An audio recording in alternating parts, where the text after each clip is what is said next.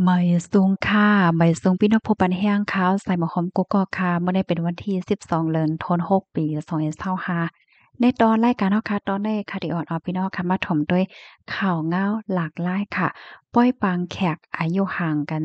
43ปีคบทบกันเนอออนไลน์ในคณะแต่ฮู้จักมึดคือกันย้อนเปาว่าฝ่ายผู้ใจได้กว่าเด็กถูกใจปันในข่าวเมื่อวันที่11เดือนธันวาคมปี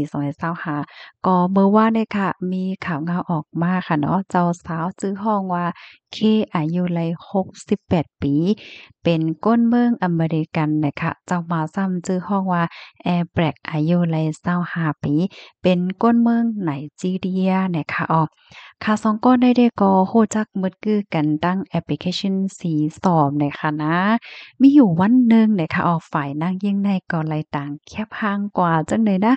กำนันในตั้งฝ่ายผู้ใจเนี่ยก็สามารถเด็กถูกใจปั้นในว่าพี่น้องค่ะเฮ็ดให้เขาเนี่ยก็เต้อฮู้จักมึดกือกันมาว่าสังว่าจังไหนถึงที่ซัมปอกบโกเกินแขกเอากันให้ไหนค่ะฝ่ายนางยิ่งลัดว่าเมื่อพ้องดีค่าต่างเคียบห่างกว่านั้นเขาเนี่ยก็เลยมาเด็กถูกใจปันว่าเหตุนั้นเนี่ยก็เต้อมึดกือจำใจกันสิ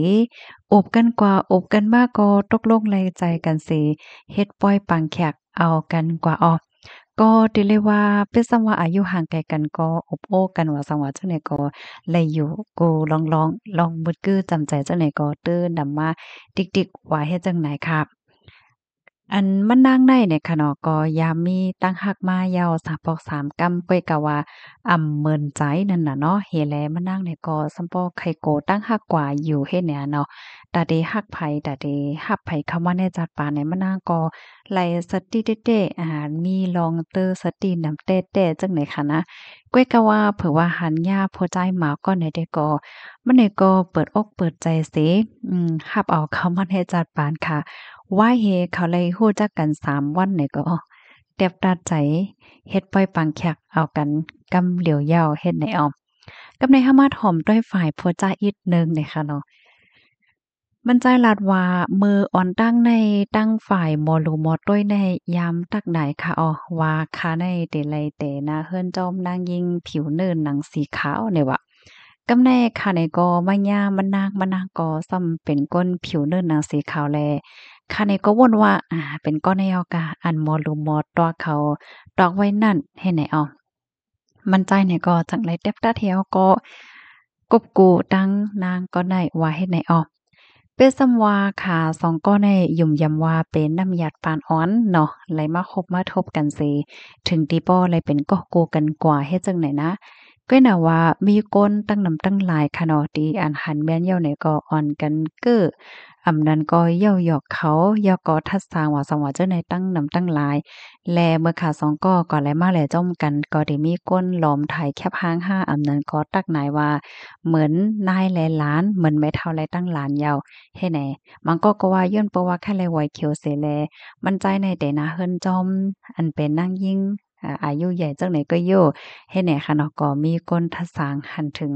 ตั้งนำตั้งหลายเนี่ยค่ะก้อยกะว่าเป็นสมอได้มีก้นทะสางนำตาลเฮอก็ขาสองก็ได้ก็